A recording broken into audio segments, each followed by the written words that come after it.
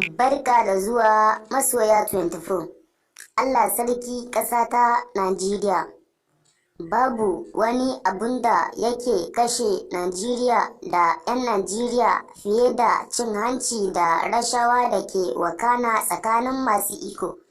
Kafin mu shiga daga ciki, muna roƙon duk wanda bai yi subscribe ba ya danna subscribe, sannan ku danna alamar ƙararrawar sanarwa ta yadda za mu sanar da ku da zaran mun ɗora sabon bidiyo. Shi yasa shugaba Buhari mai gaskiya ya yi wata karin magana da har abada 'yan Najeriya ba za su manta ba. Shugaba Buhari ya ce, dole mu tashi mu haɗa ƙarfi da ƙarfe mu yaƙi cin hanci da rashawa kafin cin hanci da rashawa ya hallaka mu gaba ɗaya a Najeriya. Kuma idan kun lura, cin hanci da rashawa ne ke yaƙar mu a yanzu. A yankin ƙasashen da suke tsarin mulki irin na 'yan gurguzu da kwaminisanci kamar China, North Korea, Japan, Russia da sauransu, idan sun kama wani shugaba da laifin cin hanci, kisa kawai kake ji, saboda sun san babu abinda zai ruguza ƙasashensu cikin sauƙi da wuri sama da wanzuwar cin hanci da rashawa.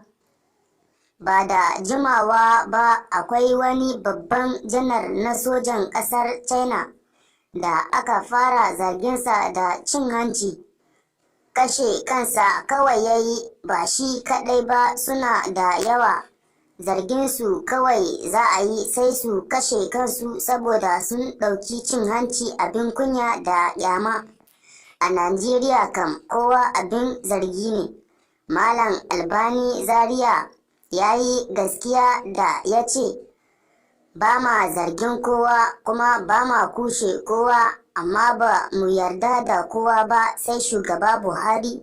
Shugaba Buhari ne kadai za a iya samun yaƙini a kan shi cewa bai ci amanar ƙasa ba, sai wasu ɗaiɗaiku da ba za a rasa ba a cikin muƙarrabansa.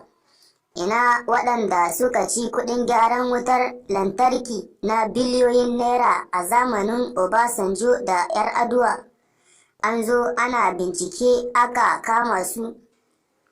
Malam Albani Zaria ya ce ba su yi wata ɗaya ba aka kama kafar wasu manyan sarakuna da masu iko. Aka ce yaranmu ne, a duba a rufa, shikenan aka sako su sun ci banza har zuwa yau.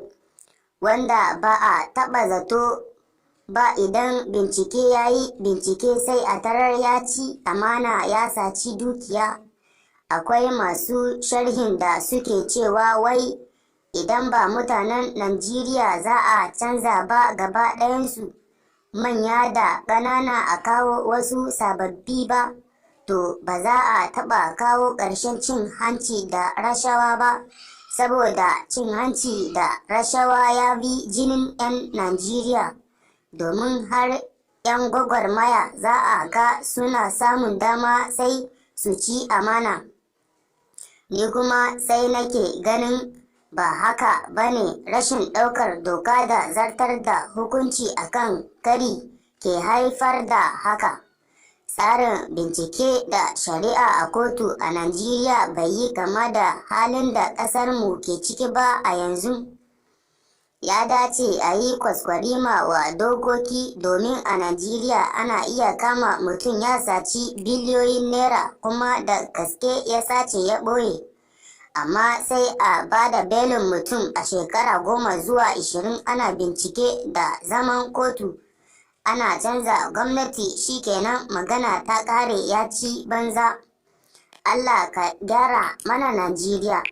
Don haka muna roƙonku ga duk wanda bai yi subscribe ba ya danna subscribe, sannan ya danna alamar ƙararrawar sanarwa ta yadda za mu sanar da ku da zarar mun ɗora sabon bidiyo. Sannan ku yi sharing zuwa sauran group WhatsApp da Facebook. Mun gode.